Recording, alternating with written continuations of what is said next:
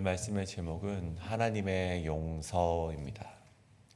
하나님의 용서라는 말씀의 제목을 가지고 오늘 잠시 주님의 말씀 나누도록 하겠습니다.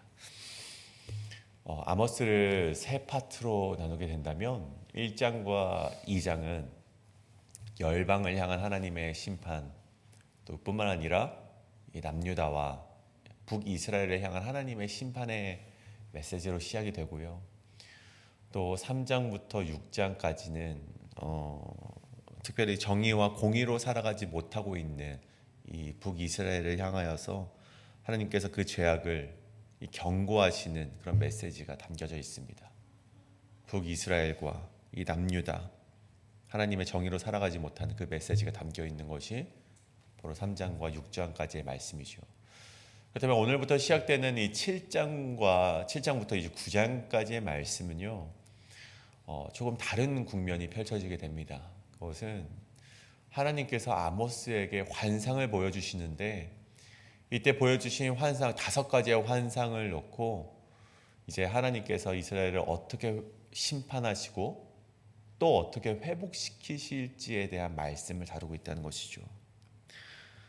그래서 오늘 하나님께서 아모스에게 보이신 이 환상, 오늘 특별히 본문에는 3가지 환상이 나오는데요, 이 환상을 통하여서 하나님께서 말씀하신 이 환상이 어떠한 의미가 담겨져 있고, 또 이 환상을 통하여서 하나님의 이스라엘을 향한 마음은 어떠한 마음이신지 우리가 잠시 오늘 살펴보고자 합니다.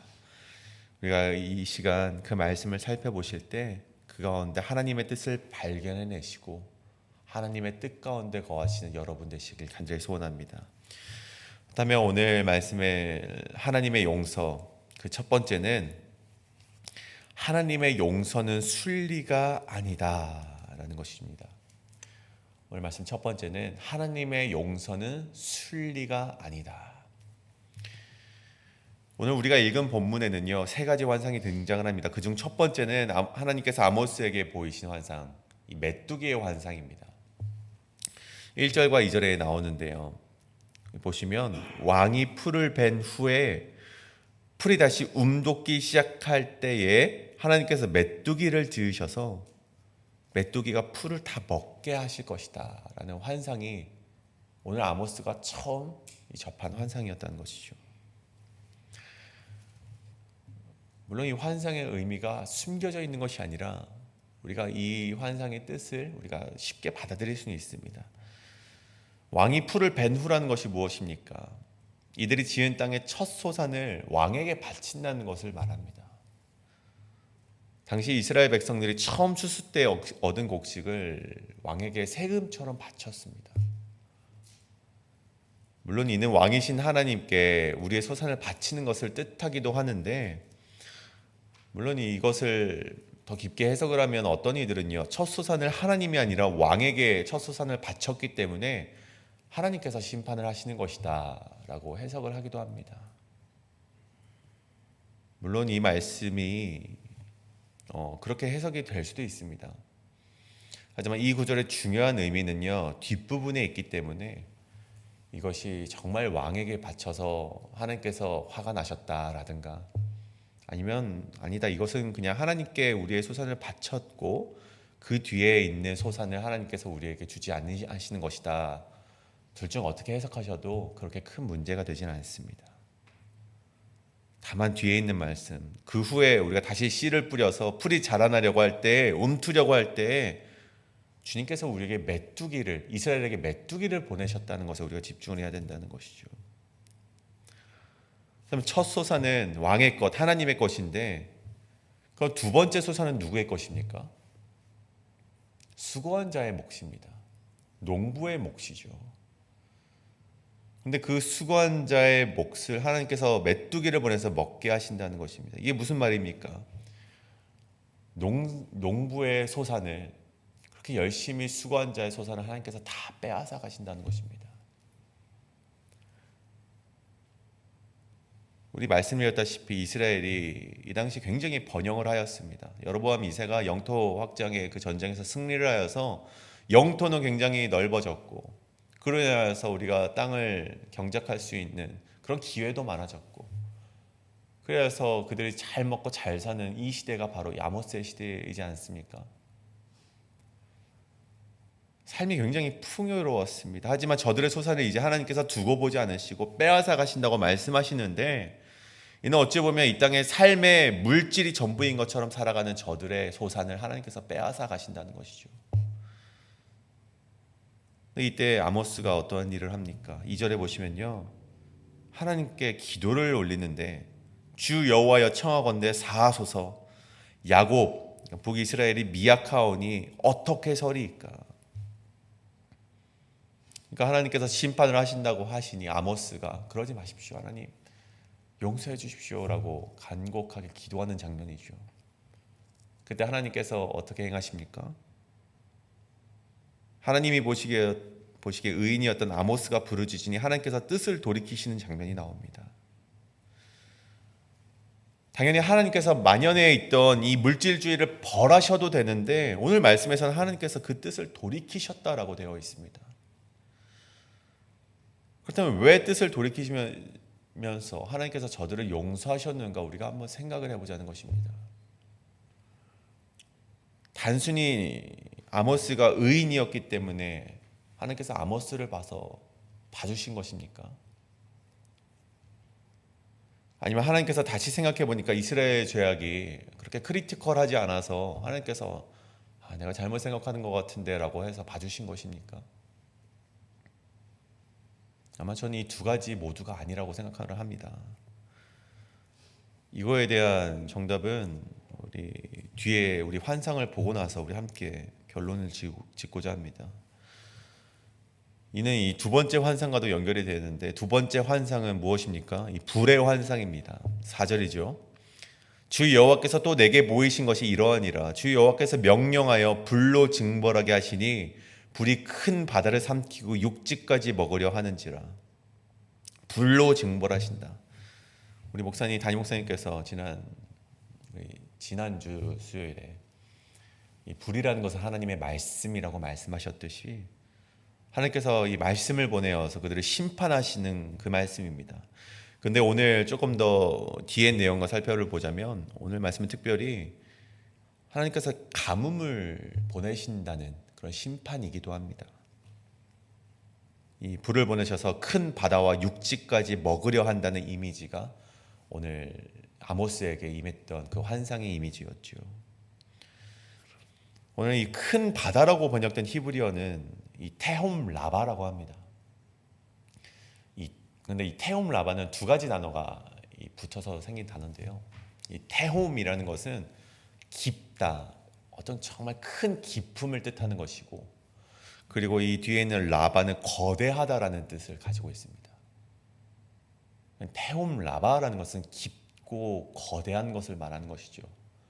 그것을 여기서는 이 바다라고 이렇게 지칭을 했는데, 이 크고 깊은 것을 하나님께서 보내신 불이 삼키는데, 특별히 바다라고도 볼 수 있지만 이 당시에는 이 갈릴리 호수를 비롯한 많은 강들을 하나님께서 모두 다 불태우신다, 마르게 하신다라고 우리가 이해를 하셔도 좋을 것 같습니다. 근데 심지어 그 강물만 우리가 마르게 하는 것이 아니라 육지까지 먹어버린다. 여기서 육지라는 단어로 할라크가 히브리어로 사용이 되는데, 할라크의 다른 뜻은요, 분깃이라는 뜻도 있습니다. 그러니까 하나님께서 이스라엘에게 분깃으로 주신 땅들마저도 하나님께서 마르게 하신다, 이제 그 소산을 먹지 못하게 하신다라는 하나님의 또 다른 뜻이 되기도 합니다. 그들에게 보내실 큰 가뭄으로 인하여서 결국 이스라엘이 큰 피해를 보게 될 것이라는 이 불의 환상이었다는 것이죠. 하나님께서는 종종 가나안 땅에 이렇게 가뭄을 보내셨습니다. 아브라함의 때에도, 아브라함이 가나안 땅에 정착을 하셨을 때에도 가뭄을 들어서 아브라함을 이 애굽이라는 땅으로 피신하게 하셨고, 또 이삭의 때는 조금 달랐습니다. 이삭이 가나안 땅에 있을 때 가뭄을 보내셨는데, 이삭은 다른 땅으로 보내지 않고 이 땅에서 버티라고 하셨어요. 근데 그때 버텼던 이삭은 하나님의 축복을 받기도 하였죠. 뿐만 아니라 요셉 때 7년 동안의 대기근이 있기도 하였고, 이 엘리야 선지자 때도 가뭄을 보내셔서 우리 바알 선지자들과 또 싸우게도 하셨고, 이렇게 하나님께서는 그 가나안 땅의 가뭄이라는 이 심판의 메시지를 통해서 자신의 백성들을 하나님께서 시험하시기도 하고 심판하시기도 하고 회복하시기도 하셨다는 것입니다. 그리고 오늘 말씀에도 마찬가지로 하나님께서 이 북이스라엘에게 가뭄을 보내실 것인데 그것을 통해서 너희의 그 더럽고 추악한 죄악을 심판하시겠다. 그 환상을 아모스에게 보였다는 것입니다. 근데 보십시오. 여기서도 아모스가 하나님께 기도를 드립니다. 하나님께서 근데 그 기도를 또 들으십니다. 거절하지 않으시고요. 또다시 하나님의 뜻을 철회한 것을 보게 돼요. 하나님께서 용서를 하셨습니다. 근데 왜 하나님께서 저들의 죄악을 용서하셨는가? 앞서 말씀드렸듯이 아모스가 의인이라서 그랬을까요? 아니면 하나님이 보시기에 저들의 죄악이 용서할 만해서 하나님께서 용서하신 것일까요? 여러분, 우리가 아모스 4장의 말씀을 잠시 우리 들여다보길 원합니다. 하나님께서 아모스에게 이러한 말씀을 아시지 않았습니까? 땅을 마르게 하여 물을 얻지 못하여도 너희는 나에게 돌아오지 않았다. 뜨거운 바람과 깐부기병을 보내도 너희는 나에게 돌아오지 않았다. 전염병을 보내도 돌아오지 않았다. 돌아오지 않았다. 계속 그런 말씀이 있지 않습니까? 왜 돌아오지 않습니까? 물론 그들의 마음의 완악함 때문이라고 우리는 알고 있습니다. 근데 그 완악함이 그들을 어떻게 했냐? 저들이 그저 이 땅을 마르게 되어서 물을 얻지 못하여도 뜨거운 바람과 깐부기병이 그들에게 창궐하여도 전염병이 있어도 이 모든 것이 그저 그냥 자연의 한 현상으로만 치부했다는 것입니다. 그저 흘러가듯 있을 수 있는 일이라고 생각을 했던 것이죠. 이스라엘 백성을 출애굽해달라는 모세의 부탁에도 이스라엘 백성을 보내지 않았던 바로의 마음이 무엇입니까? 하나님께서 그 마음을 완악하게 하셨기 때문에 보지 못하고 듣지 못했기 때문에 하나님의 메시지를 듣지 못했다는 거 아니겠습니까? 이것을 하나님의 분노로 인한 심판이 아니라 그저 자연적인 하나의 순리라고 여겼기 때문에 그들이 하나님께로 돌아가지 않았다는 것이죠.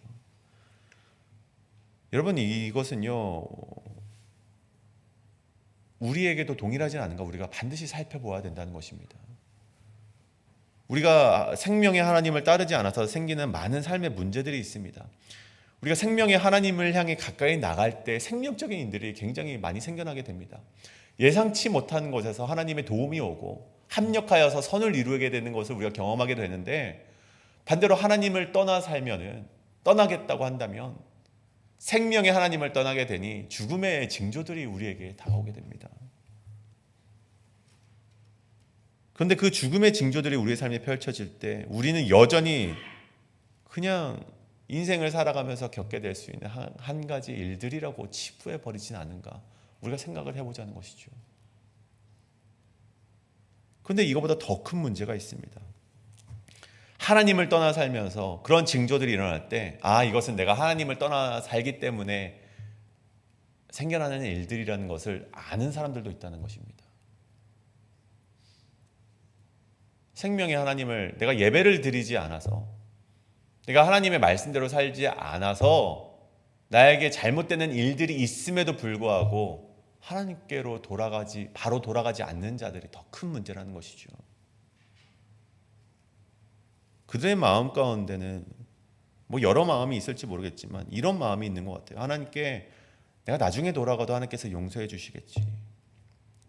하나님께서는 정말 긍휼의 하나님이기 때문에 나중에 돌아와도, 나중에 내가 회개를 해도 하나님께서 용서해 주시겠지라고 생각하는데, 여러분 그렇지 않다는 것이죠. 여러분, 회개는 자연적인 순리가 아닙니다. 우리가 오늘 아모스 선지자가 의로워서, 의인이어서 하나님께서 그 기도를 들어주셨다라고 접근해서는 안 된다는 것이죠. 하나님께서 회개를 하는 모든 자의 기도를 용서해 주신다고 우리가 생각해서도 안 됩니다. 여러분, 회개는 자연의 순리가 아닙니다. 회개하면 당연히 용서받는 것이 아니라는 것입니다. 회개는요, 하나님의 기적적인 은혜이고 하나님의 주권에 담긴 놀라운 사랑이라는 것이죠. 물질에 빠져있지만, 번영에 빠져있지만 하나님께서 그래도 내가 오늘 저들을 사랑하기 때문에 내가 그래 한 번 더 용서해 주겠다라고 하나님께서 기적적으로 은혜를 베푸셨기 때문에 저들이 용서를 받을 수 있었다는 것입니다. 하나님께서 용서하지 않으셔도 될 만큼 저 이스라엘의 죄악이 얼마나 가득 찼습니까?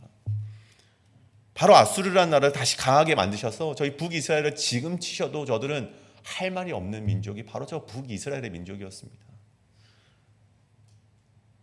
아무도 뭐라 할 수 없을 만큼 저들의 죄악이 가득 찼지만 하나님의 기적적인 은혜는 저들을 오늘 용서하시겠다고 하나님의 사랑을 보여주셨다는 것입니다.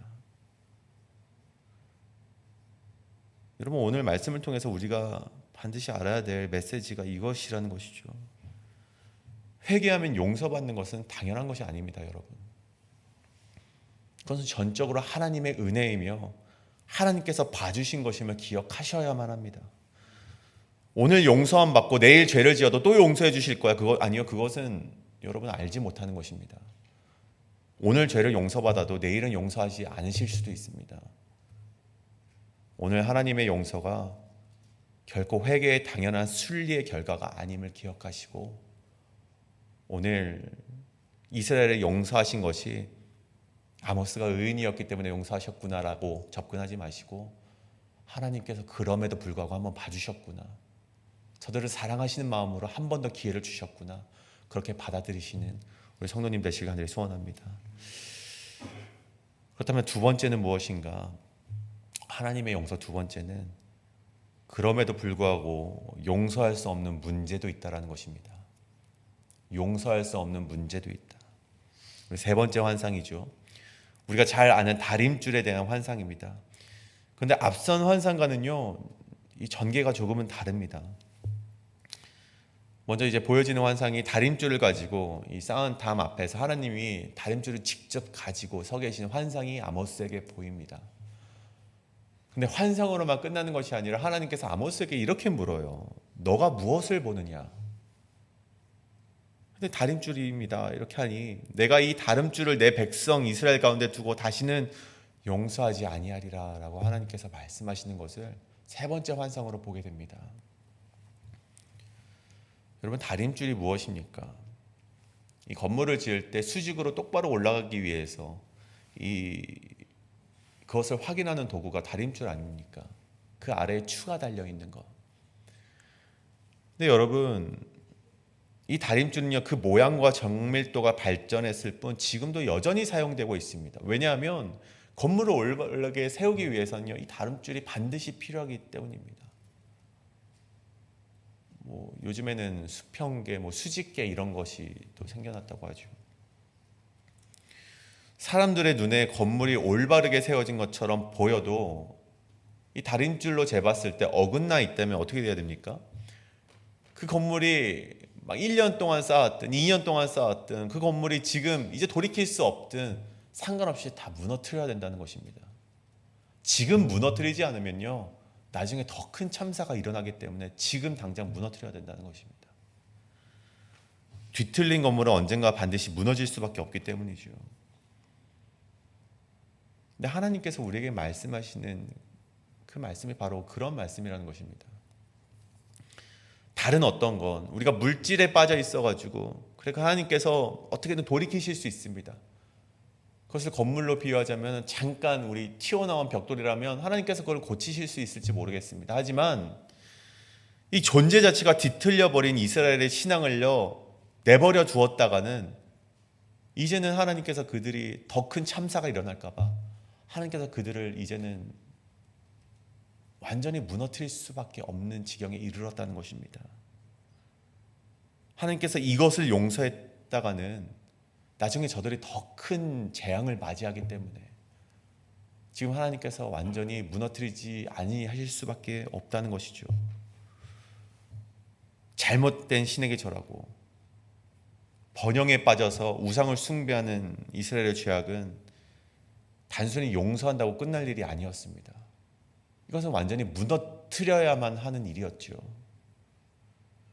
그들을 사랑하시기 때문에 다시 무너뜨려서 올바르게 세워야만 하는 것이었습니다.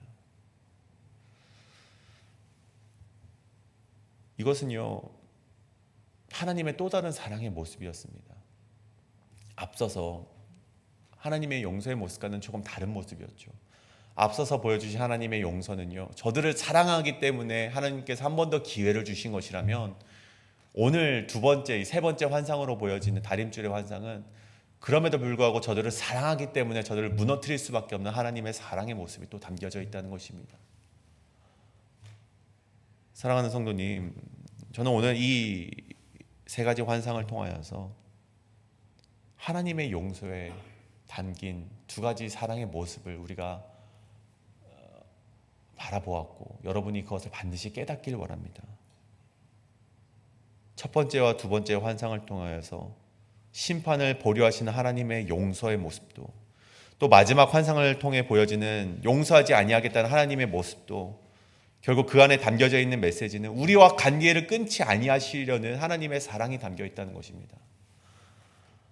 하나님께서 우리가 회개한다고 해서 반드시 용서해 주시는 것도 아니지만, 그 용서하지 않음도 하나님의 사랑 가운데 우리를 바로 세우시려는 모습임을 여러분 오늘 우리의 말씀 가운데 반드시 깨달으시는 은혜가 있길 간절히 소원합니다.